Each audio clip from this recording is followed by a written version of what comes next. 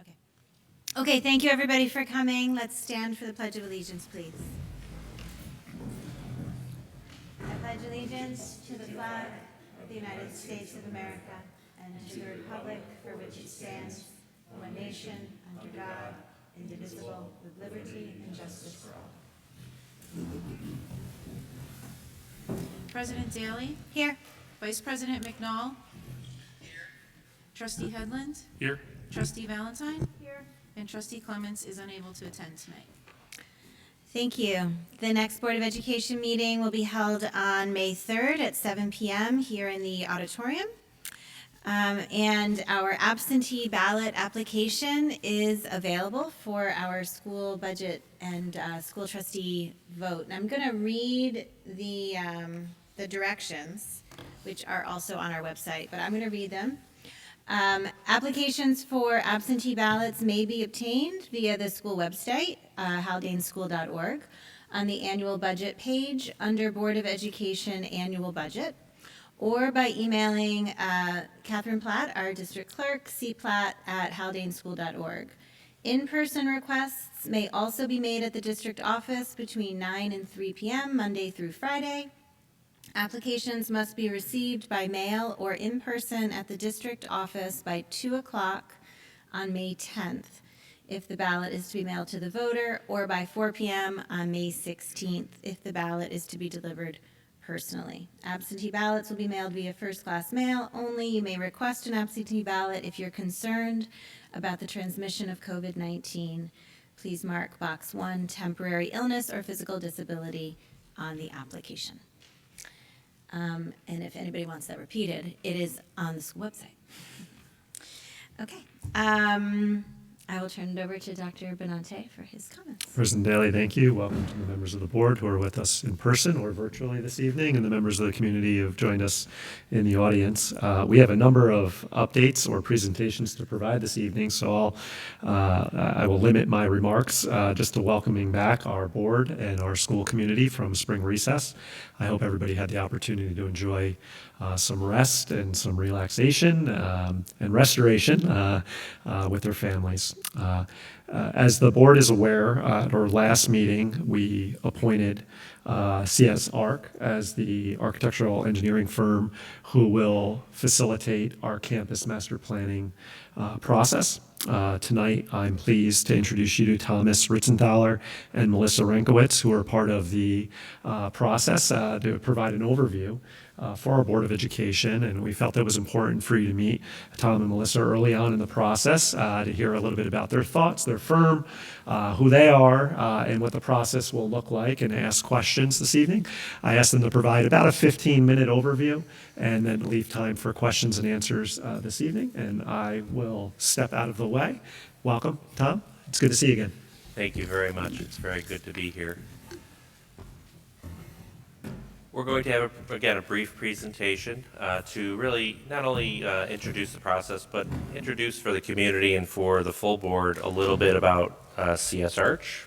And when I say a little, we're going to try to keep this to about 10 minutes. So, and I got that right. So, my name is Tom Ritzenthaler. I'm an executive principal for CSArch and have been with CSArch for almost 17 years now. It's hard to even imagine that. And I run the office for CSArch in Newburgh. And with me, I have Melissa Renkowitz. Do you want to? Do you need me to use the microphone? It helps with the Certainly. Melissa Renkowitz with CSArch. I've been with the firm for over 18 years now. Many years in the design realm, but now focusing more on educational planning. Something very passionate to me, and very happy to be doing that here at Haldane for you guys. So just a brief little bit about CSArch. We are a company that is celebrated our 30th anniversary in November of last year. And really the staple of the company has always been pre-K through 12, it's been public education. We pride ourselves in that, being thought leaders and really being innovative in how we look at educational space across the spectrum from pre-K through 12, as well as for specialty schools. We do other educational projects in higher ed, college and university. We also do libraries and fire stations and some civic and community projects. But really, as the slide indicates, 85% of what we do in any one given year really relates to education. It's what we love to do. We have 60 employees across both offices. We have an office, obviously, Newburgh, which I manage, and we have an office in Albany. We're stone's throw from the state education department, so that's a good thing, actually. We've served over 135 districts in New York State, and when we get into crafting referendum for districts, we've got a really good passage rate. 93% of our referendums have passed on the first time that they were put forward to the community, and 100% have passed on the second. And that's really about, and we're going to talk a lot about the engagement process with community. That really relates to that process and really understanding that engagement process and understand and listening to your community and what their needs are, what their priorities are, as well as the priorities of the board, of course. Just a few things that we've been, written about, kind of building design and construction and such, but the accolade we're most proud of is being one of the best places to work in the capital region. And we're consistently ranked as one of the best places to work, and that's really a ranking of the employees. It's a survey of employees, so we're very proud of that. So now let's talk a little bit about Haldane. Right from your website, great campus is more than a collection of buildings, and we strongly think that that's the case. Creating that campus identity, the history and the history of the community is so vitally important. This is a great campus. It's got a great feel to it. It's at an incredible, site right adjacent to the Hudson River. It's really ingrained in the community, which I think is very important. And so really looking at developing a long-range master plan that understands that and represents that is really going to be one of the focus as we move forward. So you had identified really 5 phases of your master planning effort. Phase 1 and phase 2 are essentially complete. You've developed the strategic coherence plan. You've looked at your capital planning committee and assembled that. Really now we're getting into phase 3, really the development of the campus master plan itself. And as the slide indicates, really looking from a March to end of the year, December timeframe.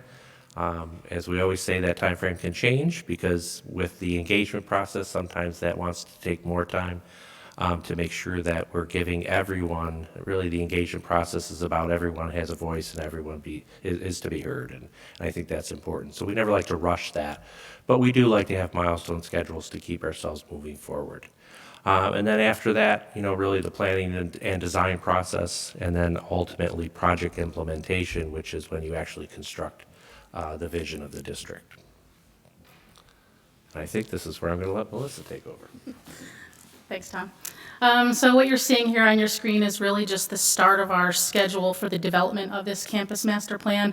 I won't get into too many details. I know we're crunched for time today, but really what you're seeing here, the first portion of this is really the information gathering stage for us. I said during our interview that, people think architects really just care about buildings.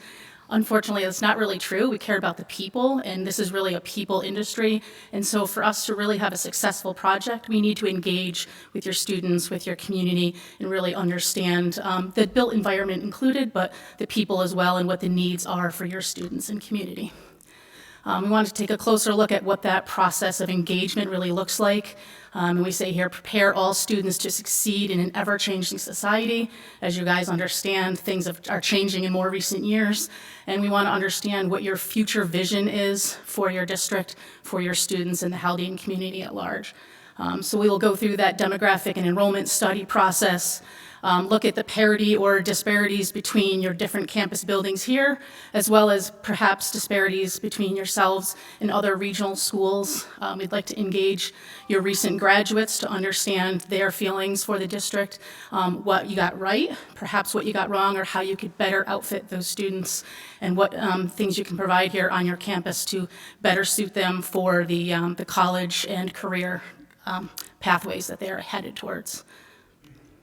So we wanted to just give you one small case study. We shared a few different in the interview, but we just wanted to take a closer look at one that's very similar to yourselves. This is a project we did for Menands Union Free School District. They are a smaller school, similar to yourselves, and really they were K through 8 in one singular building and really didn't have an identity, and each of those grade levels didn't have an identity. So this was a very thorough process where we engaged the community, brought different people in for engagement sessions, worked in breakout groups, and then came back together to understand what are the goals and vision for this district. And the outcome in that was creating different, what we called learning communities within the building, separating them into a K2, a 3-5, and a 3-5 and 6 through 8, I think, learning communities, we called them, within their building, identifying what resources should be shared, what resources needed to be individual to support each one of those grade levels, and really reorganizing their entire district and their entire building, and then identifying what additional spaces needed to be provided in terms of renovations and building additions to support that goal. And then moving forward, once we've done all that information gathering process, we really start to work on the conceptual design options. So again, working with yourselves, coming to the table to say, this is what we've learned, these are the takeaways from that, and what direction are we headed? What are the potential solutions moving forward for that facilities plan? That's where we get into the fun part of actually showing you and graphically representing what the possibilities are. And, we started to look at some of the things that I think, are already, kind of transparent and at the forefront. We started to say, what are the opportunities?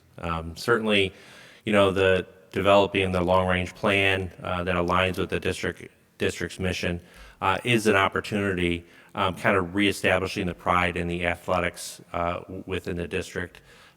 You're very space challenged here, and that's probably going to be one of the overarching themes as we start to approach the master plan, as this campus has a lot of topography and has a lot of constraint to it that you have to follow. So it's going to be interesting working through that challenge.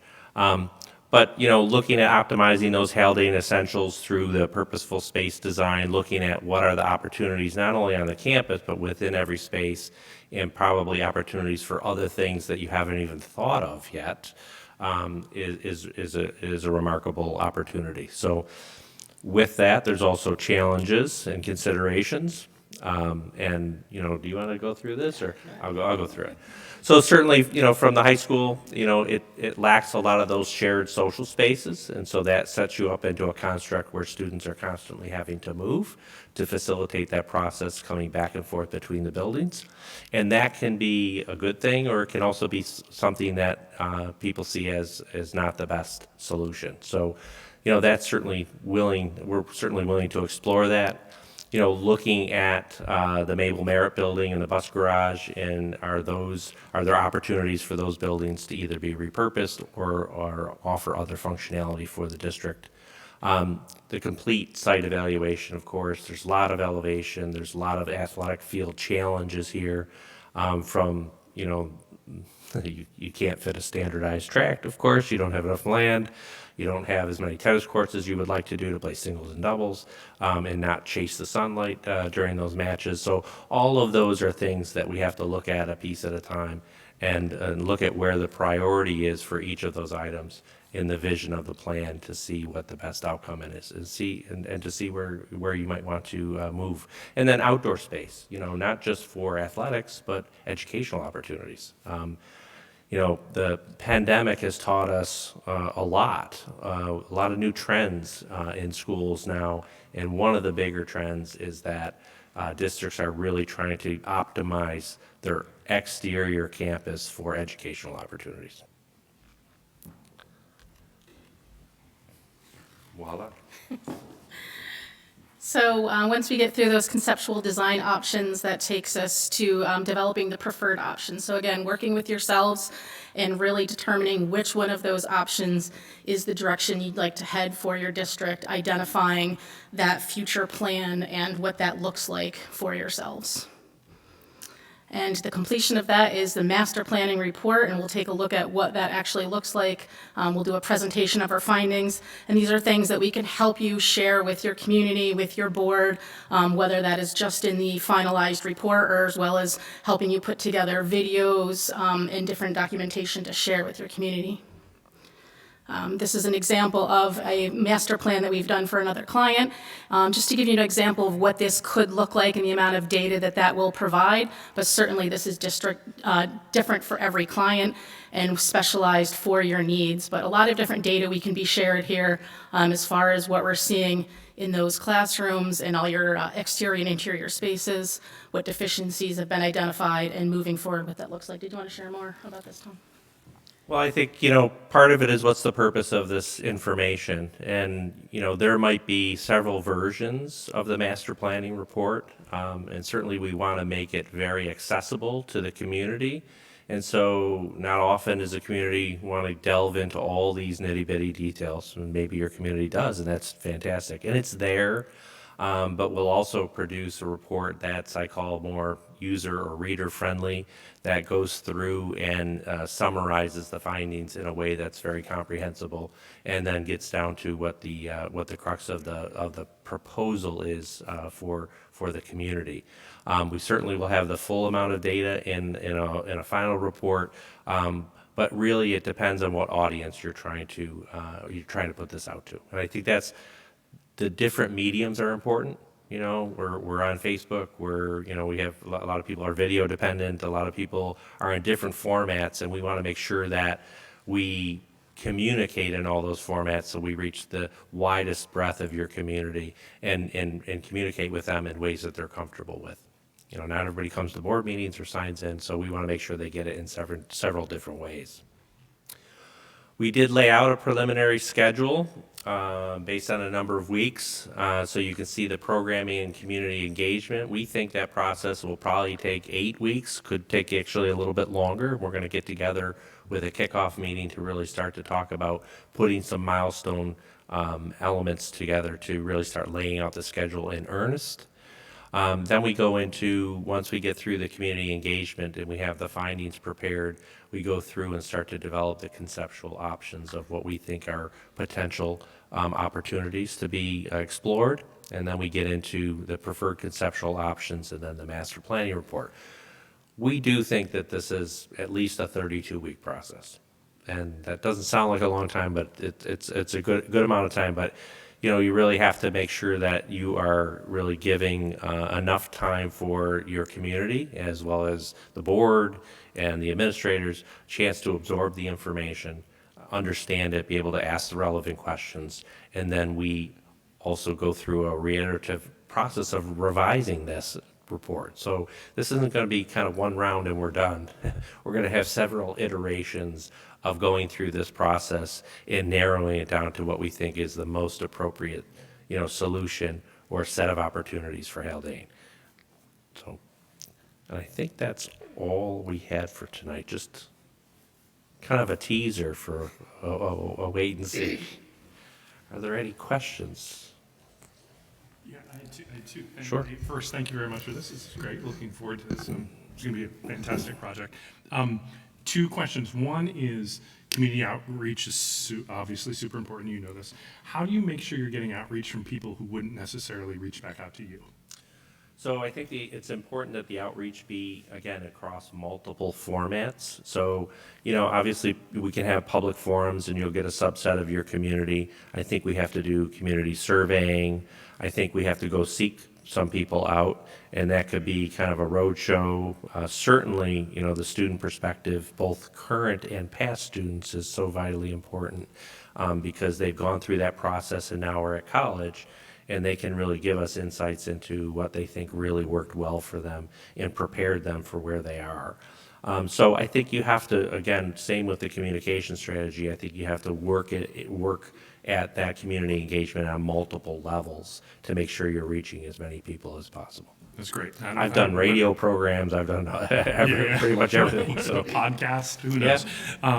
Maybe some TikTok. I don't know whether Dr. Benante paid you $20 to say, make sure you talk about graduates and what they got out of the school, but that's been one of my ongoing questions about how to Very prepare important. students. So that's Very important. I'm excited to hear you say that. And the other thing that I would just point out for the board and for us is, while you've got presentation of the Board of Education that's sort of starting week 26, I would hope It'll that be we- before that. Okay, good. We'll be giving you regular updates. I think there are milestone updates for the process itself, and then I think there are other regular updates just so you can see where we are in the process. Cool, thank you. And John, we talked about, I think it was last meeting, we talked about putting a campus master plan update on our agenda, Yeah. kind of like how we do the policy committee update, just so that it's regular That's right. in some Good. fashion. And then even kind of a link or a page on your website Great. that shows the campus master plan progress. And I think we can, and it builds as we go through. Much like the strategic coherence plan, all the Yeah. content. And, yeah, Right. That's great. Good. We have a whole graphics marketing group that is amazing, that does our videos, that puts together our graphic materials for communications, and they're all part of this process. Great. Trust me, Phil is very anxious to fly his drone over this campus.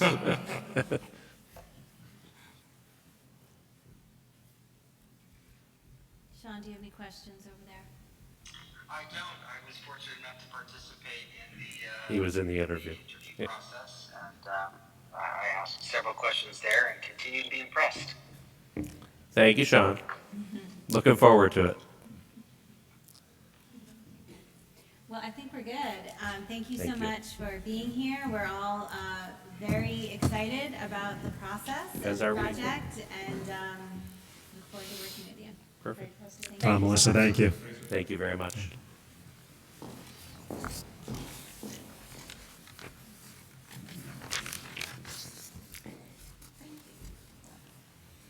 I think next up we have Mr. Cowan. So Mr. Cowan is going to provide an athletics update. And Dan, thank you. I know that this was a presentation that we had planned to provide earlier in the school year, but could not for unforeseen reasons. So Dan's with us tonight to provide an overview on our athletics program and also to answer any questions that our board may have. So Dan, take it Thank from you. here. Good evening, members of the board and Dr. Benante. And yes, tonight I'm going to focus my detailed report on one of the components of my title, which will be athletics, and then I look forward to coming up for my board report and share an update on physical education and health. So to get started, I'd like to be able to provide an answer for the question, why are education-based athletics important for our students? And I think it's important to start with the definition of education-based athletics. According to the National Federation of State High School Associations, education-based athletics are athletic programs that contain an educational component that extends beyond the classroom to the gymnasium or playing field. And we know that participation in school sports is a privilege that students earn.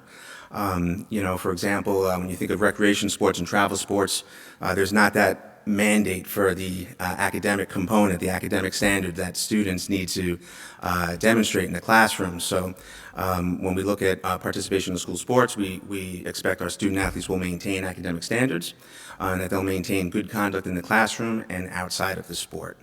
And it's these disciplined behaviors that are the cornerstones for school athletics. The National Federation of State High School Associations conducted research to show the following benefits of education-based athletics, starting with education-based athletics support the academic mission of schools. Through participation in sport, our athletes experience and develop each of the Haldane essentials: critical thinking, problem solving, communication, growth mindset, emotional intelligence, and wellness. Students who participate in after-school athletics tend to have higher GPAs, which we'll see later on in this presentation, better attendance, lower dropout rates, and fewer discipline problems. Education-based athletics are inherently educational. Student athletes develop the skills to be successful on and off the playing field. Self-discipline, confidence, and performing well under pressure are characteristics that will help them on the playing field, in the classroom, and in all areas of their life outside of school. Education-based athletics also promotes health and well-being.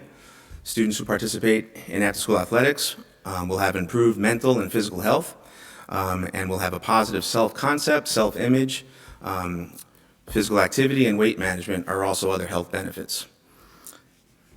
And our students that participate in after-school athletics will create opportunities to experience success later on in life.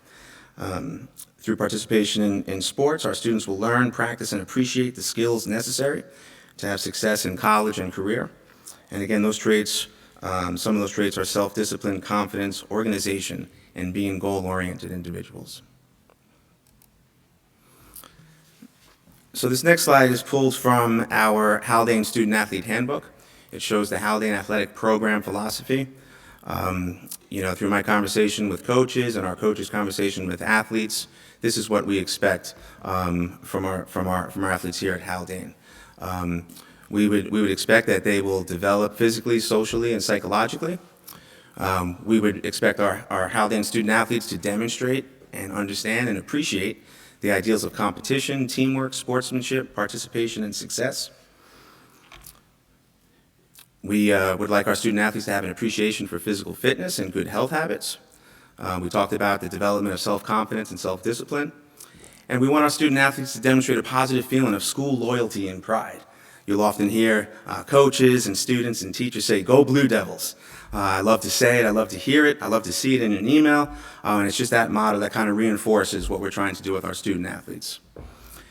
And certainly our student athletes will develop a positive self-esteem and healthy self-concept. So these are our fall athletic teams. You'll see on the left side of the chart, those are our high school sports. You'll see that most of our sports are the varsity level only. That's due to the small makeup of our school. And on the middle school sports, on the right side of the chart, you'll see that many of our sports are merged with Garrison.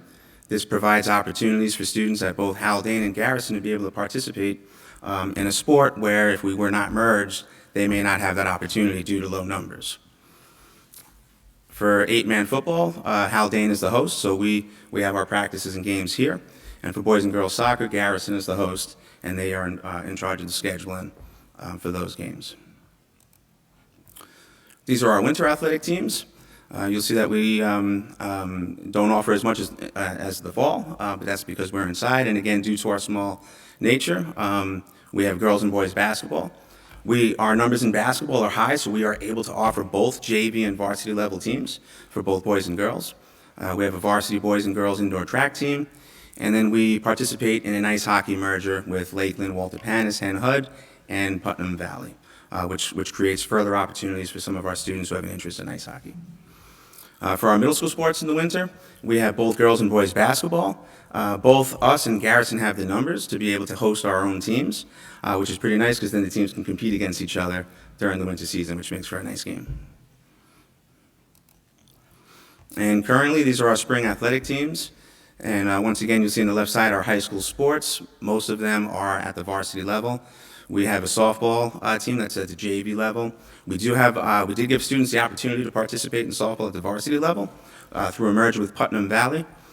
So we do all we can to support the athletes in our school. Even when the numbers are not there to support a team, we look for opportunities, even if it means going outside for a merger. And again, on the right side, the athletic teams for our middle school for the spring. So now I'd like to transition into some student-athlete participation data. If you see the number next to high school participation, you'll see the number 300. That is the total enrollment of students in grades 9 through 12. And for middle school, we have 120 students enrolled. And I just broke it down by sports season and the percentage of students that participate in each season. So you'll see with the fall, where we offer the most sports, for our students, the percentages are higher. Almost half of our students participate in a fall sport at both the high school and middle school level, which is outstanding. For our winter sports, the numbers are lower, but that's because we have lower teams. And I just want to add that all of our winter teams are maxed out. Our rosters are large at the middle school level. We have large rosters, and at the varsity and JV levels, we have the appropriate number of players, which is great that we are maximizing those rosters. And then for the spring sports, you'll see that our numbers come up again because we offer more sports during the spring at both levels. And I took the time to look back at some of our participation data from the 1819 and 1920 school years, and the percentages are very similar. And we've maintained that consistent number of student participation, which is slightly above the state average. Looking a little further at the participation data, we have single and multi-sport athletes, and I really wanted to point this out. Again, going off of our 300 of high school students and 120 at the middle school. At the high school, we have 92 students who play one sport. We have 54 students who play two, and we have 26 students who are three-sport athletes, which is amazing because the time commitment to be able to participate in a single sport alone is phenomenal. To be a two- and three-sport athlete is remarkable. And you'll see, too, at the middle school level, we have single sport athletes, two sport athletes, and three sport athletes. And the information on the bottom there was, I broke it down where we have the separate single sport, separate two sport, and separate three sport athletes. When you add them together, you'll see that 172 of our students, or 57% of our student body at the high school, participate in at least one sport during the school year, which is excellent. And you'll see the higher number for our middle school students. And I think that's because we keep bigger teams at the modified level. It's not common, or we make every effort not to have any cuts. We encourage kids to try sports for the first time at the modified level, and I think that's why you see the increased percentage there. And again, to have 64% of our middle school students playing in at least one sports team is excellent.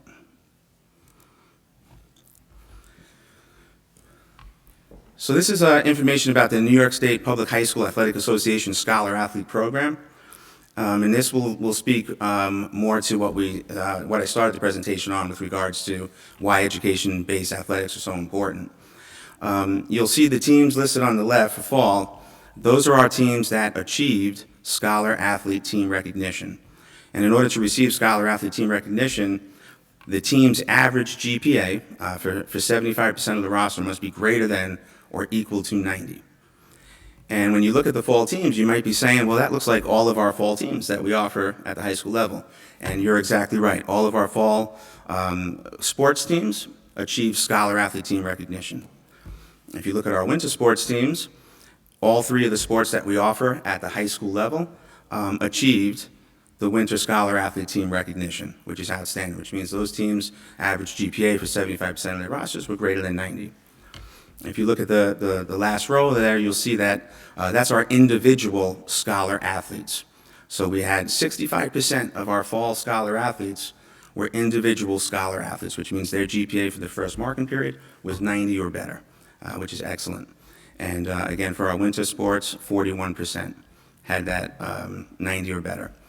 We don't have the information for spring sports yet. The last day for our teachers to submit grades is tomorrow for the third marking period. So in the next week or two, we'll compile that data.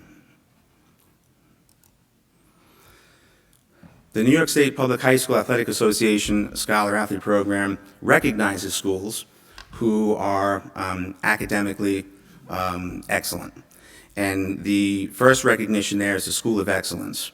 In order for a school to achieve School of Excellence recognition, 75% of its varsity teams must be scholar athlete teams. It used to just be School of Distinction across the board. Back in the 16-17 school year, the state added School of Excellence qualifications. And since that time, Haldane has been a School of Excellence for the past 4 years. I anticipate that we will continue to be a School of Excellence. However, this year we started talking to our coaches and our student athletes and are starting to put in the goal that we really want to be a School of Distinction. Our students are academically strong. This is a great academic institution, and we believe that we can achieve that School of Distinction and not just earn it once, but make it the new standard for our athletic program. School of Distinction is when schools have 100% of their varsity teams earn the scholar athlete recognition. So we're on our way, and we hope to get excellent information when we do our third quarter data for spring sports. These are the accomplishments of our teams thus far this season. You'll see that we have some league championships. We were the finalists in Section 1 championships as well. And what's not posted there is we have students on each team who have also achieved individual honors, being recognized as being all league, all section, all conference, and some of our coaches have won the Coach of the Year honors within their respective leagues. And so we hope that we'll be able to add some more at the completion of our spring sports season. So Haldane Athletics in the fourth quarter, where we are now is we're in the middle of our spring sports season. We hope that the weather will start to cooperate a little better so we can get our games in. But we look to complete our regular season and we look to compete and be successful in the postseason. We have our high school athletic awards night coming up on June 13th. That's when we will honor those individual athletes who did win those all league, all conference, all section awards, in addition to our coaches saying some nice things about their teams. So we look forward to that night. More information will be coming from the athletic office as well as our booster club. And the Student Athlete Council, which will be the group of student representatives from each of our sports team, for each of our sports teams throughout the entire year. We look forward to meeting during the fourth quarter to start to discuss how we will promote sportsmanship throughout Haldane, not just within our teams, but within our school and within our community for the fans that come out to games. We want that to be a priority for the 22 and 23 school year. And we will also discuss ways that we'll implement the Student Athlete Council next school year. And I just want to take an opportunity to just say thank you for allowing me to come up and speak about the athletic program. It's been an honor to be in this role, and I'm truly grateful for this opportunity. And I'll answer any questions that anyone may have. Go ahead. I was wondering about all of my questions about mergers. What precludes Haldane from having a merger with Manitou? I know that there's a number of 7th and 8th grade students who want to participate, but historically, we haven't entered into agreement or had any type of merger. Right. So we have to follow the rules of Section 1 and the state, and we can only merge with other public schools. And typically for a merger, it's when two schools don't have enough athletes to have a team is when they decide to merge. Typically, mergers are supposed to be short-term. However, I was at a meeting earlier today where Manitou, as well as some other private schools, have expressed an interest in being able to have sports programs. They wouldn't be part of a specific league or a section, but they would be able to have teams and compete against other schools. So we might be moving in that direction for schools like Manitou in the coming year. So it's a state thing having to do with public versus private? Correct, yes. Thank you. You're welcome. Dan, I had a question about, looking at the list of the sports that we offer, and you mentioned how mostly we offer the varsity level because of our numbers. So I was just wondering what happens from, our middle school sports teams, those 8th graders, then they become freshmen. So are those freshmen playing on the varsity teams? Are they practicing with them but maybe not playing against the varsity athletes? Like, how do we accommodate what would typically be a JV player without a JV team? Right. I think one of the things that I've recognized since being here is if you think about how many of the sports we have at the modified level that are merged, not all of those kids on that Garrison Haldane team come to Haldane. And so we might lose some student athletes who choose to go to O'Neill over Haldane. We also offer more opportunities at the high school level in comparison to the middle school. So some students who may, let's say for example in the spring they did track and field, maybe they did lacrosse, but as a 9th or 10th grader, they have a greater interest in track and field, which maybe they weren't ready to do as a middle schooler. And so as they go from the middle school into the high school with more opportunities, I think that the players or the athletes are kind of spread throughout the different teams. And for many of our varsity level sports, we have the minimum number of players to have a team, but it takes grades 9 through 12 to make that team. We do have 9th graders that play. They do compete. There are some other school districts similar in size to us that are in the same boat, where they mostly have varsity teams. You know, softball is an example of where the interest was so low that last year we didn't have JV or varsity. And this year we have a JV team that's relatively young, so it's kind of the rebuilding of that program. But we've lost numbers to softball and baseball as our lacrosse program has grown. So I think it really just comes down to the low number of enrollment, that total number, and offering the students the opportunities for what they want to do kind of spreads them out a little bit. Right. So if you were to have a ninth grader who wanted to play lacrosse, then you would find a way, you'd let them try out for the varsity team, and Yes. they would play with the varsity kids if they could handle it, and if not, Yeah, so typically, so lacrosse is a good example. We do have ninth graders on our varsity lacrosse team.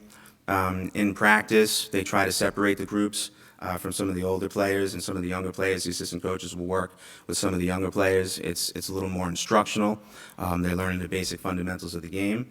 And then during the actual gameplay, most of the kids that, if they're not ready skill-wise and physically to compete, they're able to continue to learn by observing the game, listening to the coaches, and then working on those things in practice. right.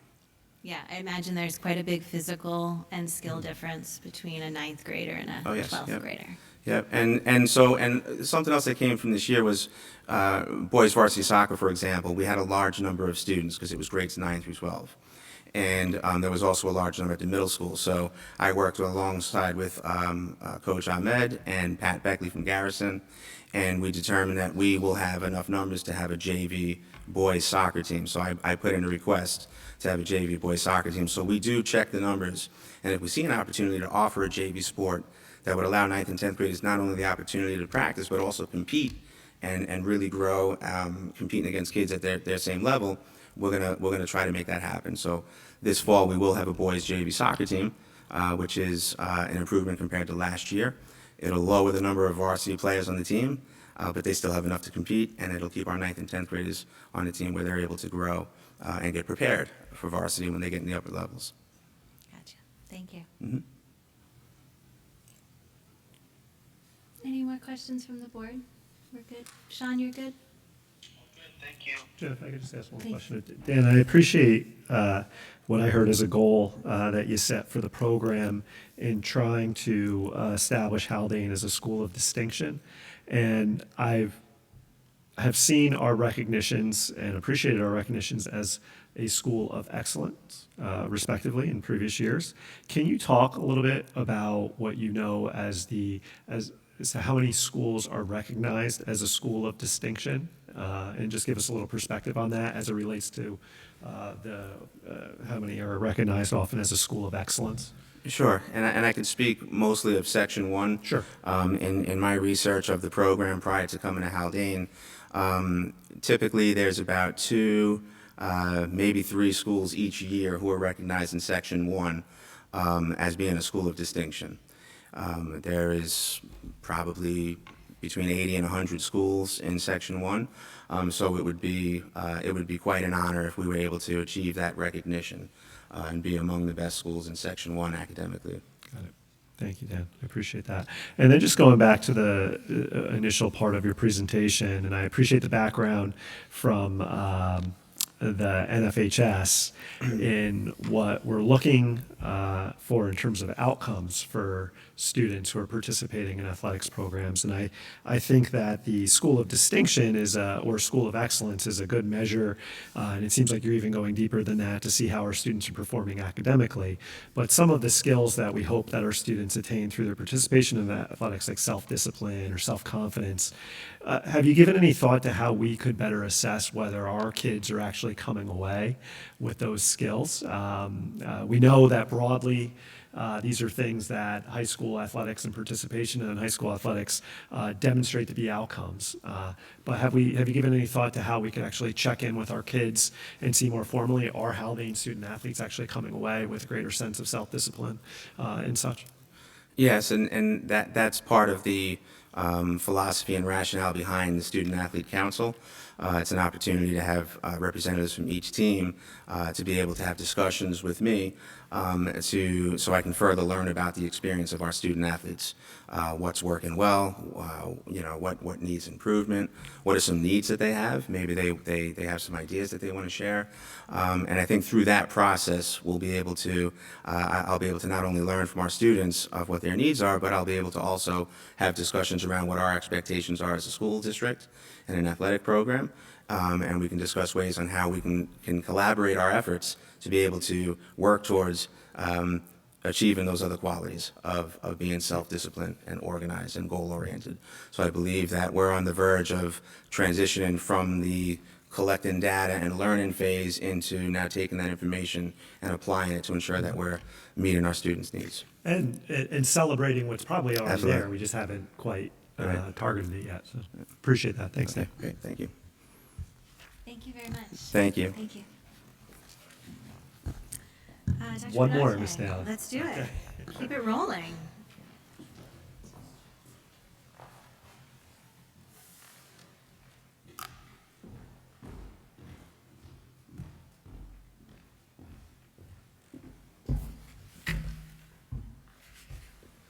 Thank you, Catherine, for helping me bring this up here. So just a budget update. I know tonight is the night where our board adopts a budget to present to the community. I think the board's well-versed on the dynamics that have influenced this year's budget development. I did want to provide just a real top-level overview of what's led us to this point this evening. For the board's reference, obviously, and also for the community's continued reference.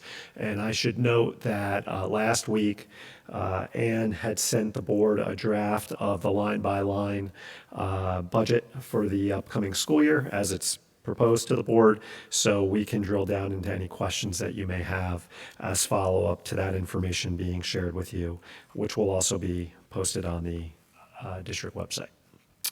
Over the spring recess, the state did adopt its budget, so I just want to speak to some of the highlights that were included there. There were many, so I tried to keep this to one slide, just elements that Ann and I thought were most relevant for the board's consideration. The legislature has adopted the second year of the phase-in of foundation aid. So we are going to continue to realize an increase in foundation aid for the upcoming school year, and then the remaining increase to full foundation aid in the 23-24 school year. And I would say that this is the primary influence on why we would say the fiscal outlook right now is very positive for the school district, given that this has been a deficit that we have experienced in previous years. I think an important note, because it's been something that the board has discussed in the past, is that the legislature adopted Governor Hochul's recommendation for moving our bus fleets to zero emissions and adopting the zero emission standard.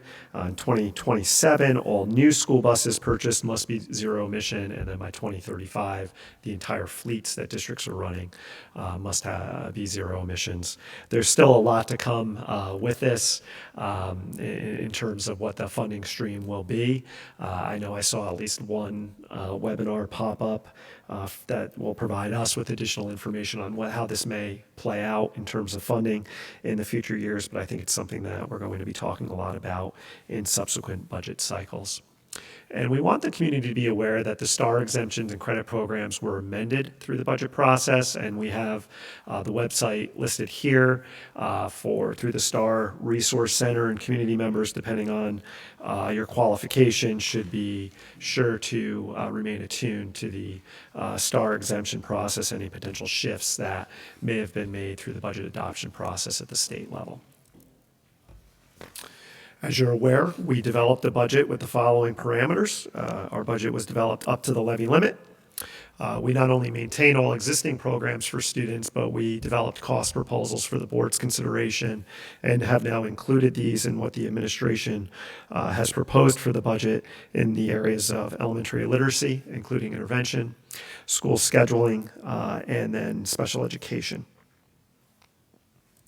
As we were, again, working in budget development, you'll see here reflected that we did include funding for master scheduling and planning, literacy and intervention training, special education by way of a program review to help us help guide our budget development for subsequent school years. We were able to enhance the arts and education experiences for our students, in particularly at the elementary level, and add paid assistant coaching positions where they were either had been reduced or eliminated in the past, or new assistant coaching positions that were created over the course of the last year through collaboration with our faculty association. And the costs associated with each of these areas are listed here. Again, I know the board is familiar with this. These are consistent with what was presented to the board in the administration's recommendation at the beginning of March.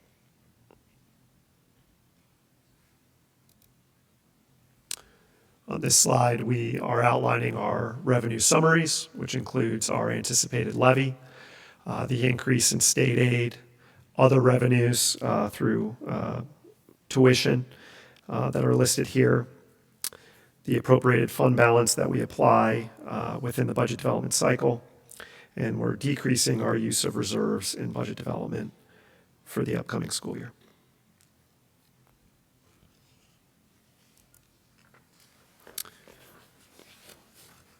You're familiar with the three-component budget proposal. This is a summary of our administrative capital and program components against our spending in the previous school years.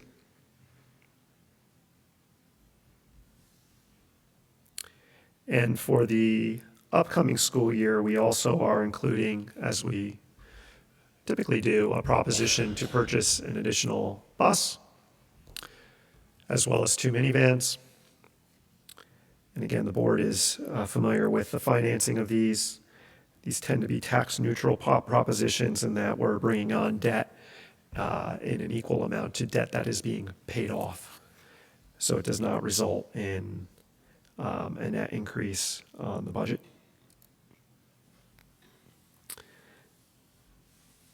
And depending on the market value of your home, this is the annual tax increase you can expect to experience based on a levy increase of 3.7%. Last school year, I had shared with the board that there are 3 defining characteristics of our school district that make us unique in comparison to others. It's a balance of student opportunities across academics, athletics, and the arts, the close relationships between our students and staff, and our continued partnership that exists within our communities. And we feel that this recommended budget continues to honor what makes our school district very unique. So again, a high-level overview for this evening ahead of your anticipated action. We will pause here to see if there's any questions on the part of our board before we move into the action on this item later on the agenda. Do we now have to pay for the SRO this year? What's the financial breakdown on the SRO? No, the SRO is still included in the budget. It's not a program highlight, Maggie, that I've highlighted in other elements, but we still continue to fund the SRO program through the county. So we're billed for that. The rate is established sometime over the summer, I believe, depending on the assignment of the officer, because if we have a shift in officer, a different salary that we may realize with that, but that's still included in the budget for the upcoming school year.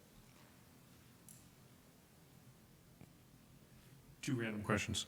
One, how does the master scheduling that we're thinking about next year work with the master campus plan? It's a good question. So we will look to engage a consultant, and we have 2 now who we're down to speaking with about master scheduling on campus. And there's a short-term and long-term component of this. In the short term, scheduling consultant is one of the constraints they're going to look at is your available space. In the long term, if there's any anticipated addition of space on campus, they can then incorporate that into revision of the master scheduling process. So as we develop a relationship with a scheduling consultant, it is typical that districts will, for a variety of reasons, revisit their master schedules on some sort of periodic basis, no different than as you would revisit an enrollment study, because you tend to see shifts over 5-year periods of time in student enrollment. In our case, we very well may have a shift in the available spaces as well, which could be influenced by enrollment or it could be influenced by construction. And then that master scheduler would come back and examine how you could reincorporate that space into a master scheduling design. So I don't anticipate in the short term, as we're working with a consultant through next school year for the 23-24 school year, for the campus master plan work to have any necessarily have any influence on our master scheduling. But years that follow, it very well may, because we may be getting into some sort of construction project, which would allow us now to incorporate new spaces into our schedule. Cool, that makes sense. Other question was, how long do our buses usually last? The second order question of that is, given that we're going to be mandated to have emissions-free buses at some point, at what point do we need to shift to buying? We'll probably have to start buying pre to that. And Yep. so, like, what does that look like? Say, and correct me if I'm wrong, somewhere between 10 and 12 years bus? Tim, sorry, I didn't see them over my left shoulder. Correct. So as we start, this would be. Look them up.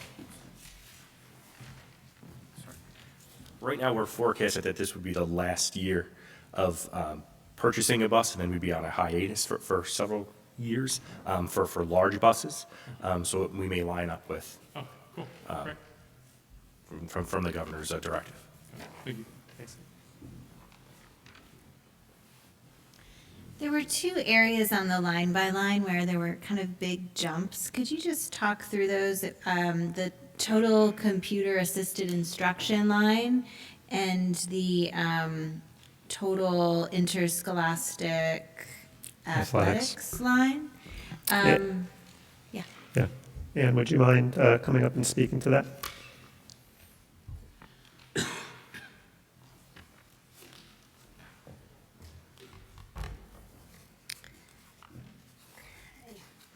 So in the computer-assisted instruction, there were several areas that we talked about or the superintendent described during the recommended budget, but then when you see it in detail, you see where all of these things land. A lot of the individual items that were highlights in computer-assisted instruction are the support for, which we're still considering on how to do it, is the AV technician and the management of the booth. And another part is the refurbishment of the Mac lab, and the equipment in that is an expensive item. The lighting console falls under that area. Part of it's a modest increase, is just the increase in device cost for our replacement. And then there's a part, BOCES services went up because what's being considered is some different modules for our software, maybe something different from the HR modules that we use right now in Envision, maybe going to one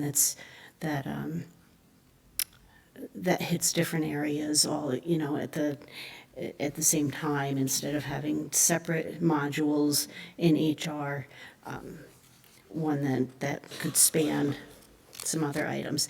That all falls under computer instruction. So that's shows a large increase there. The other for athletics includes the additional assistant coaches that the superintendent talked about and that Dan talked about as well, I believe. Reinstating the clerical support is in that section. We're going to keep local live, which was added during the pandemic, now is going to stay in the budget.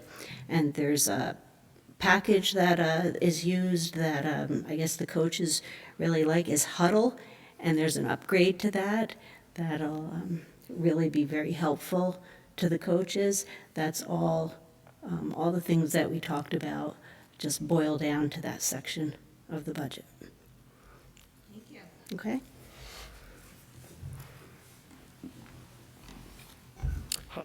A tool that many of our coaches utilize to analyze game film that's recorded, and then they use that with their student athletes after the game to review plays from the previous week. It's also used at times to assist our students who may be developing recruitment videos for colleges if they have prospects of going on and playing in college. Huddle's a tool that coaches can use with their student athletes to pull out clips to highlight student performance that may be utilized for recruiting purposes as well. Great, thanks. I have a quick question.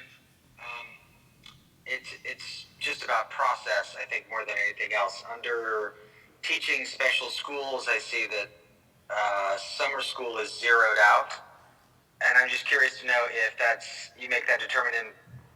At what point in the year is the determination made that summer school program may or may not be necessary?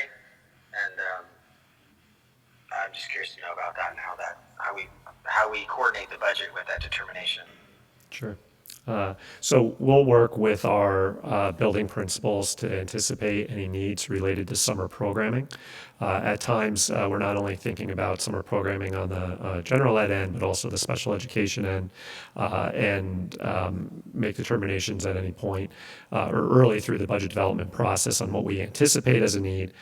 We leave room within budget development that if there is indeed a need that occurs between this point and the end of the school year, to provide a student with the supports that are necessary for summer programming. Thank you. You're welcome.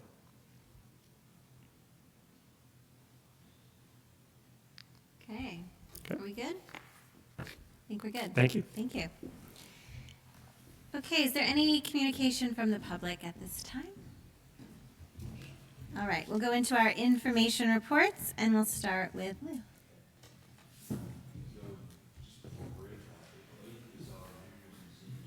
The world language programs. I went to the immersion at the Taconic Education Center. Just a full day of immersion, language immersion activities. And I wasn't able to go to this when I was away, but I was at the one last year, and I thought it was a really cool opportunity, kind of like go more, get some more perspective on like the cultures of what you're actually learning in class. So also we saw senior internships have begun. First group with no AP classes or college classes have started already, and then everyone else will be starting after May 13th, after the last AP tests are done. So that's what's going on. That's what we got. Great, thank you. Ms. Shannon.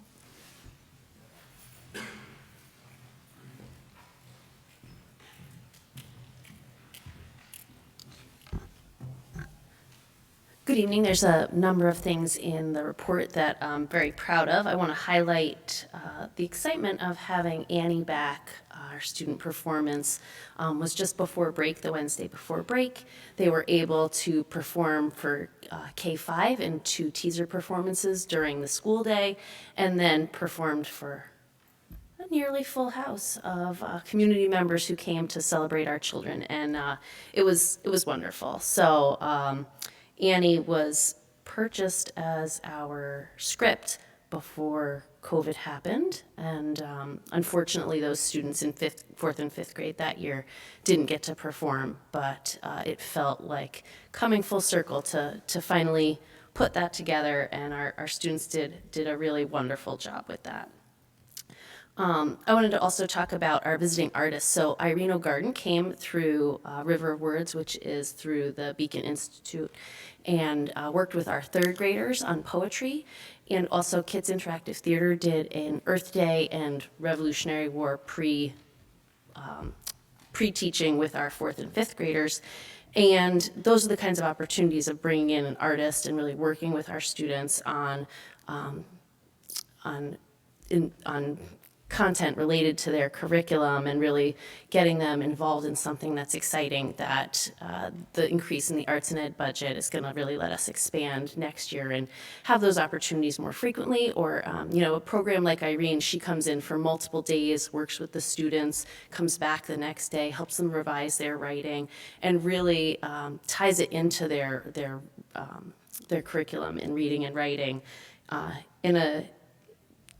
unique way that is different when you have a true poet coming and working with you. So hopefully our budget is adopted and passes, and that's wonderful.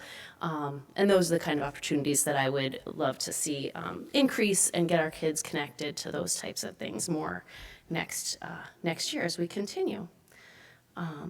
And then just wanted to highlight that as we've been working with our MTSS plan and supporting student intervention, and Ms. Rounds and her work through the special education department of looking for a tier 3 intervention for our students in reading.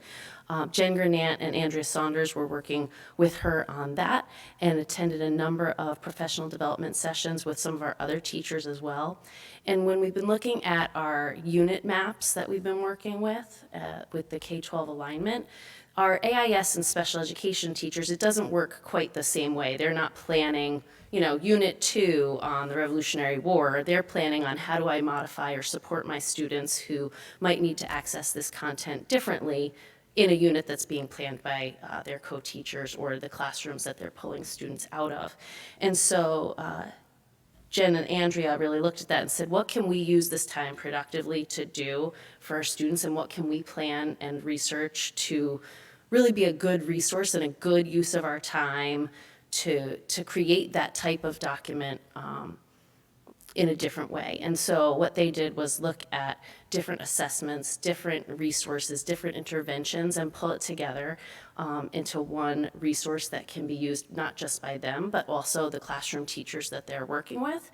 And so over the last 2 months, we've been working in our faculty meeting, and they've been collecting questions from the faculty on what support they need, and then presenting back to them how to access that support through the documents and the resources that they're creating. So I think it's wonderful work in general, but it also addresses a lot of what we've been talking about of how do we know what's going on with our students, how do we find that out, what are we seeing, and then what are we doing about it, and improving as we really update our MTSS plan, how do we do that even better?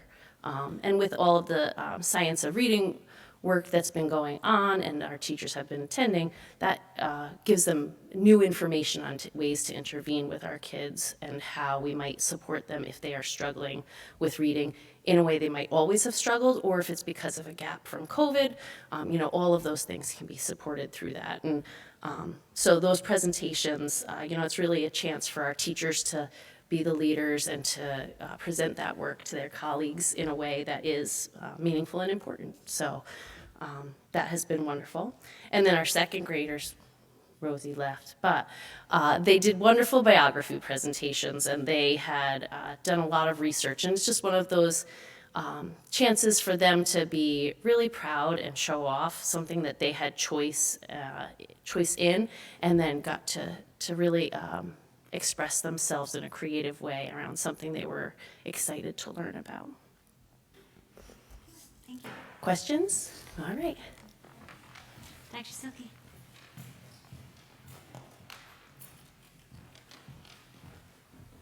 Good evening, everyone. This has been such an informative night. I feel like, what else could I add to the river of information that we've received tonight? But I will add this, and Christine, you should be happy to know that the roster is shaping up for the middle school play, which is going to be Clue, and many of our sixth graders are participating in the play. So they didn't get to do Annie because of the pandemic, but they won't be held down. So that's good news and something to celebrate. This Friday is Earth Day, and we also celebrate Earth Day at the middle school, and the theme this year is to invest in our planet. So we at the middle school have been encouraging one another to invest in reusable water bottles. So that is something that if you're walking around the middle school, you will see happening, and it's exciting to see the kids rally around Earth Day. Also this week on Thursday will be the culmination of our community read, which a lot of work and valuable learning has gone into. So we're really looking forward to that on Thursday evening. With a tremendous amount of support from the PTA, there's going to be a multicultural food festival representing the cultures of the 3 characters in the book. So it's going to be a wonderful time if you're able to come. I highly recommend it, 5 o'clock here. And Also, right after that, we will have our Frost Valley meeting for the 8th graders, for the parents. So, because Frost Valley is coming up the first week of May. So as we come to the close of the school year, you would think that with the spring concert and the play and the field trips and the regents for the 8th graders and all of the end of the year things, that we wouldn't even be thinking about next year. But we are also thinking about next year, and Ms. Festo has been collecting course requests, and we are doing the preliminary scheduling for the next school year as well. So it's an exciting time, and feeling, if I dare say, much more normal than the last 2 years. So, thank you. Thank you. Ms. Sniffen. So as a secondary schools, middle school and high school, there's a lot of similarities between where we are and what's going on. But just to highlight a few things from my board report, the first being the trip to Washington, D.C. Historically at Haldane, students in their sophomore year have an overnight trip, and students in their senior year have an overnight trip. This year we did surveys and got out information and get feedback in terms of students interested in doing the overnight trips, and we really targeted the juniors and seniors, knowing that they had kind of missed out on those experiences through their high school career. And the juniors, there was a lot of interest in doing the overnight trip, and I think you've heard the seniors had more interest in a day trip, so they are doing that. But we had the trip to Washington, D.C., and upon reflection, we did send out a survey to all the students about the trip and what were the enjoyable parts of the trip and what did they take from it and what do they wish they had more time in and what do they wish we cut out. But in that, in reading the student reflections, it made us as staff step back and say, one, junior year going to Washington, D.C. makes so much sense in terms of curriculum. They're all taking one form of U.S. history or another. And to have the experience down there and to actually see a lot of what they're learning about is amazing. And not that, sophomores in world history, there's not world history to learn in DC, but obviously there's a greater connection with the US history. But then to read their reflections on the social emotional development and the growth and the peer connections and the re-engaging with their classmates was quite powerful. So there are a few that are just in the board report that everybody can read, but I think it's important to highlight that.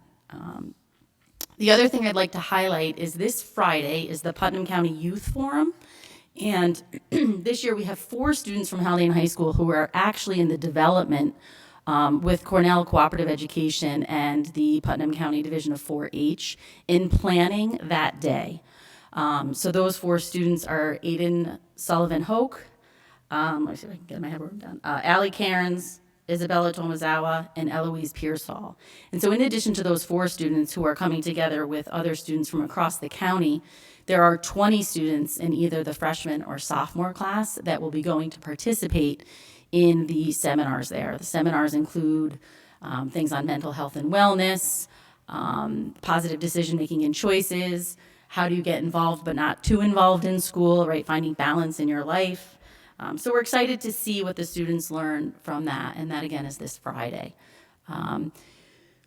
Testing season is upon us, so we have SATs, school day SATs for the juniors are next week, and then the following 2 weeks are AP testing, and then June 1st is our first Regents. So we're really in that, I don't want to believe we're towards the end, but all of those things are happening. Next week is the National Honor Society induction here in the small gym. And I'm assuming you all received information on that from the advisors. Thank you. Thank you. Busy time.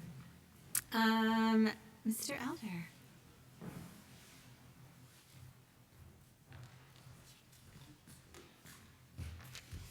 Good evening, everybody. I have 2 items to report to you on regarding kind of some long-range curriculum work that's been happening. Ms. Sniffen had alluded to it in her last report, but born out of a collaborative effort with the 3 building principals, the Haldane Central School District is going to participate in professional development offered by Putnam Northern BOCES, aimed at addressing regional needs in the area of data analysis and data awareness. And in this, Haldane will send a K-12 representative team of 4 teachers, combined with the 3 building principals and myself, joining 8 other school districts in the region aimed at looking at data usage within districts and strengthening our culture to grow data-informed conversations and decisions within our school districts. And as we continue to implement our MTSS plan, we felt that Haldane's participation in this Data Institute will allow us to not only explore ways to build our own internal capacity, but also to learn alongside regional districts in this work. So we're very excited. For the teacher side, it starts in this May, and it continues all the way through next year, and offering in 2 different sessions with teacher-led sessions, administrative-led sessions, and then sessions that are combined with both groups. So we're very much looking forward to that process over the next kind of year and a half. Secondly, I just kind of an update about the K-5 math resource adoption process that Ms. Jamin and myself continue to move forward with. Kind of entered what we said is a new phase of the process, so to speak. So over the past few months, our K-5 teachers have been examining 4 different resources with the math committee consisting of a teacher leader at each grade level coming together in the math committee, meeting biweekly to discuss kind of the analysis of these programs as we've looked at. On April 7th and April 8th, right before the spring break, we had an opportunity to hear presentations from vendors. And what was specific about these presentations was that we had collected a good amount of feedback through our own analysis that we shared with these vendors ahead of time. So they had kind of a pitch to give us, and at the same time, we wanted to make sure that the information that we're providing to us was met kind of our regional needs and what needs we found in looking through this, the programs.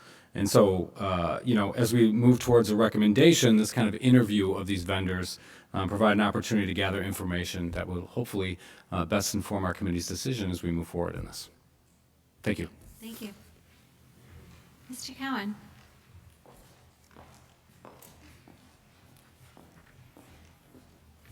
Hello again. So I'd like to just take an opportunity to just highlight some of the parts of our physical education and health class from this year and just speak to something that Dr. Benante mentioned as the components that make Haldane unique, and one of those components is our community support and partnerships. And so with that being said, in meeting with our physical education teachers and health teachers, I just wanted to say thank you to some folks who came in to support the phys ed and health instruction this year. Mei Vang Wang has visited physical education classes at all 3 levels, elementary, middle, and high school at various times throughout the year to teach our students yoga. This instruction has been a continuation of the yoga experience for our students. And the phys ed staff, health, and myself as the Director of PE and Health would like to give a special thank you to the Haldane School Foundation as they provided the grant to support the instruction of our students. I'd also like to say thank you to Danielle Pack McCarthy, who came in from the Phillipstown Hub and helped train all of our 9th and 10th grade students in a new unit titled Mental Health First Aid. Topics that were covered included mental health challenges, disorders, appropriate help, helping a friend in crisis, how to help a friend with a substance abuse crisis, the action plan, recovery, and most importantly, local resources to get help or help a friend. And I'd also like to give a special thanks to Barbara Mueller from Cove Care. Cove Care pushes into our health classes to co-teach units that include character education, media and technology, drugs and alcohol awareness, and decision making. And I just want to say we're so grateful to have resources from our community who offer their time and experience to support the instruction at Haldane. Thank you. Mr. Walsh. Good evening. Although this is our first day back from spring recess, the facilities department was on site last week. Whenever there are no students on campus and we have staff, it gives us an opportunity to conduct a little bit more significant work that we can otherwise take place. And last week was no difference. We conducted work, deeper cleaning of buildings and floors, did some preventative maintenance on unit ventilators, some miscellaneous painting and campus beautification projects. We also had several contractors on site last week. We continued capital construction down on the air handler serving the cafeteria. We did some annual inspections, elevator inspections, fire alarm inspections, which are mandated every year. As we move further into spring, it was referenced this evening by others, a little bit more of a higher operational tempo in terms of field trips, athletic trips, and the facilities department supports all these events, whether it's through transportation, setup, breakdown, cleaning, making sure that we're prepared for the next day. This week alone, we have 18 extracurricular activities that we're supporting. So our staff is ready and looking forward to the spring and supporting the district in whichever ways we can. Thank you. Great, thank you. Okay, consent agenda minutes. May I have a motion, please? So moved. These are our minutes from the April 5th meeting. Is there any discussion? All those in favor? Aye. Aye. Any opposed? Okay, committee minutes are here for everyone's review. There is no consent agenda financial, so moving into consent agenda personnel. May I have a motion, please? So moved. Second? Second. Any discussion? Jen, if I may, just two comments on two separate items. Tonight's personnel agenda includes the resignation of Ms. Sarah Grom, who we're sorry to see go.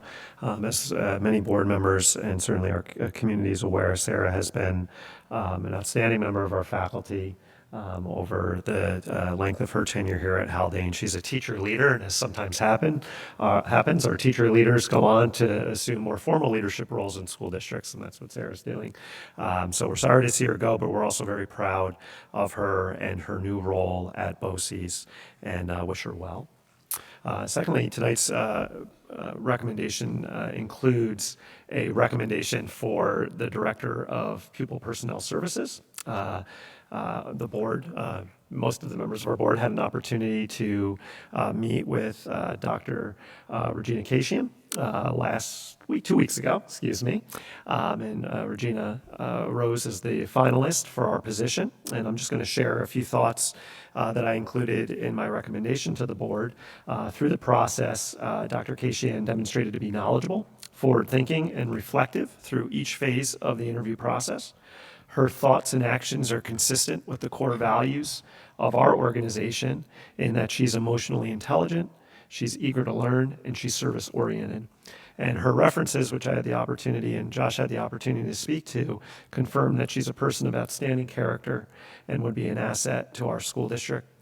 Dr. Casian was a school psychologist and a committee on special education chairperson in the Haldane Central School District before taking a role as an assistant professor in the school psychology program at Mercy College. She recently completed her doctoral studies at Fordham University, where her research focused on the intersection of educational policy, inclusive classrooms, and educational equity. And I know Regina had planned to be here, or wanted to be here this evening, but she did have a previous commitment through Mercy that she could not miss. And I just wanted to make sure that the board was aware that she did forward on a letter to each of the board members thanking you for the time that she had to meet with you recently, and also to express her excitement and her eagerness to start in this position, which would be on or about June 6th. Thank you. Yeah, we look forward to welcoming Dr. Casian to the team. Okay, all those in favor? Aye? Aye. Any opposed? Okie dokie. Unfinished business, the candidates for trustees of the Haldane Board of Education, the petition packets were due yesterday at 5 o'clock. So the roster is set. So we can officially share that I will not be running for re-election. And Sean McNall is running for re-election, which we are grateful for, and we thank him in advance for his willingness to raise his hand again.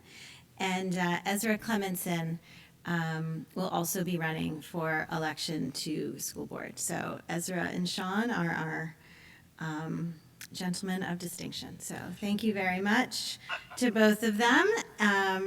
And we'll keep everybody posted if there's opportunities. I don't know if there'll be opportunities to talk more with them about their goals and bios and et cetera along the way. Okay, going into new business, our CSE and CPSE recommendations. Ms. Platt. Be it resolved that, upon the recommendation of the Superintendent of Schools, the Board of Education hereby approves the recommendations of the Committees on Special Education and Preschool Special Education as presented. May I have a motion, please? So moved. Second. Any discussion? All those in favor? Aye. Aye. Any opposed? Okie dokie, very good. And here we have our adoption of the school budget. So I'll turn it to you, Ms. Platt. And I just want to remind you, it's a roll call vote. Thank you.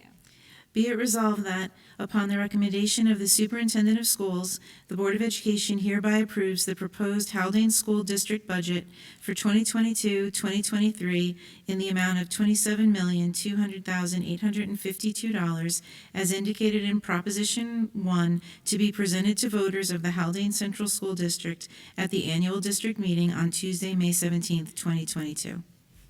May I have a motion, please? So moved. Second? Any discussion? Okay. President Daly? Yes. Vice President McNall? Yes? Trustee Headland? Yes. Trustee Valentine? Yes. Very good. Okay, this is the Putnam Northern Westchester BOCES budget. Ms. Platt. Okay, this is also a roll call. Be it resolved that, upon the recommendation of the Superintendent of Schools, the Board of Education hereby approves the following resolution. Whereas the Board of Cooperative Educational Services of Putnam, Northern Westchester County, thereinafter BOCES, has proposed its tentative administrative budget for the 2022-2023 school year, now therefore be it resolved that the BOCES tentative administrative budget for the 2022-2023 school year in the amount of $10,440,404 be and hereby is approved by the board. May I have a motion, please? So moved. Second? Any discussion? Okay. President Daly? Yes. Vice President McNall? Yes? Trustee Headland? Yes. Trustee Valentine? Yes. Thank you. The Putnam Northern Westchester BOCES creation of CTE Equipment Reserve Resolution. And this is just a regular vote. Be it resolved that, upon the recommendation of the Superintendent of Schools, the Board of Education hereby approves the following resolution. Whereas the Board of Education of the Putnam Northern Westchester Board of Cooperative Services, PNW BOCES, has determined that it would be in the best interests of the PNW BOCES and its component school districts to establish a career and technical education programs equipment reserve fund, the purpose of which is to support the replacement and purchase of advanced technology equipment used in the career and technical education instructional programs conducted by the PNW BOCES, as provided in Education Law, Section 1954 EE and Section 170.3K of the Regulations of the Commissioner of Education, and whereas the law requires the approval for creation of the CTE Equipment Reserve by a majority of the boards of education of the PNW BOCES component school districts, therefore be it resolved that the Board of Education of the Haldane Central School District hereby approves the establishment of a Career and Technical Education Equipment Reserve Fund at PNW BOCES, and be it further resolved that this resolution shall take effect immediately, and that the District Clerk is directed to transmit a certified copy of this resolution to the PNW BOCES District Superintendent. May I have a motion, please? So moved. Second? Any discussion? All in favor? Aye. Aye. Aye. Any opposed? Okay. The Putnam Northern Westchester BOCES trustee candidates, Ms. Platt. Be it resolved that, upon the recommendation of the Superintendent of Schools, the Board of Education hereby casts a vote to fill the 2 vacancies on the Putnam Northern Westchester BOCES Board of Cooperative Educational Services for the period July 1st, 2022 through June 30th, 2025, from the following 2 candidates: Tina McKay, Putnam Valley, New York, and Frank Schnecker from Ossining, New York. May I have a motion, please? So moved. Second? Any discussion? I'll share that I've worked pretty closely with Frank Schnecker at Westchester Putnam School Boards Association, and he is a true gem. So we are very lucky to have him on board. All in favor? Aye. Aye? Aye. Any opposed? Okay, very good. Election personnel. Ms. Platt? Be it resolved that, upon the recommendation of the Superintendent of Schools, the Board of Education hereby approves the resolution to appoint election personnel for the annual district meeting on May 17th, 2022. May I have a motion, please? So moved. Second. Any discussion? Thank you to all of these fine folks. All in favor? Aye. Aye. Any opposed? Okay, very good. Approval of property tax report card. Be it resolved that, upon the recommendation of the Superintendent of Schools, the Board of Education hereby approves the property tax report card for 2022 as prepared by Ms. Andinio, Business Manager. May I have a motion, please? So moved. Second. Any discussion? All those in favor? Aye. Any opposed? Okay, very good. So the superintendent evaluation, this is Miss Peggy Clements' domain, but she sent me an email with some dates that I'm to remind us all of. So let's see if all of this makes sense. So on Monday, May 2nd, Dr. Benante will be sharing his materials to the board, his written self-evaluation and any supporting evidence. Is that news to you, or is that correct? Good. Okay. On May 17th, which is the school budget vote meeting, and we tend to meet later anyways because we're waiting for the results. We will meet prior to that meeting. So typically what we do is we still meet at 7 and we meet for an hour and then join the public meeting at 8 because the results aren't until 9-ish, 9:30, if we're lucky. So prior to that, we will be meeting as an individual board without Dr. Benante and putting our evaluations together. So prior to that meeting, we will have individually looked at the evaluation tool, looked at Dr. Benante's materials, made our own individual assessments, come to the meeting on May 17th, we put it all together. And then we put it together. Peggy puts it together in a nice written format for us, shares it with Dr. Benante, and then there's a note that on May 31st, if we want to have another executive session so that we can have any dialogue with Dr. Benante, if anything was unclear, if he had any questions, if we wanted to meet about it again, that would be the opportunity to do that. How does all that sound? Is that all? Good. We're good? Sounds good. Okay, great. So that's just our reminders, and I'm sure Peggy will send us all a email about that, as well as the evaluation tool again, just so we have it ready to go. Okay, thank you. Any communication from the public? Board committee reports. I actually don't have them listed on my thing, but policy committee, I don't think there's any news from our last update. And Westchester Putnam School Boards Association, I don't think there's any news unless we did have a meeting where we did a training for all prospective board members. I think that might have happened post last meeting and this meeting. So there were 50 people across Westchester and Putnam counties that are all looking to run for school board.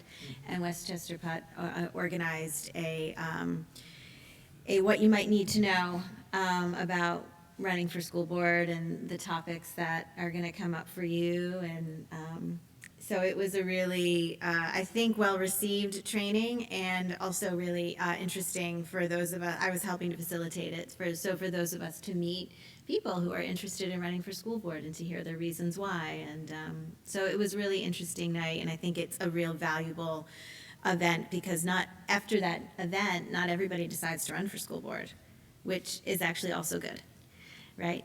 So as they start to get real-world understanding of it. So that happened, which was great. Okay, any board reflections? Actually, just, and I probably should have brought it up earlier at the tax, The tax report card? But I noticed in that the overall enrollment is projected to go up 40-ish students next year. Any sense, is that primarily high school? Or is our K picking up as well again? Do you I know? don't think K is K is not predicted to go up. And do you recall, as we prepared the real property tax report card, what could be influencing the enrollment number on that? If you don't know, don't worry. We can look into it and get back to you. That's fine. That's fine. That's fine. That's totally fine.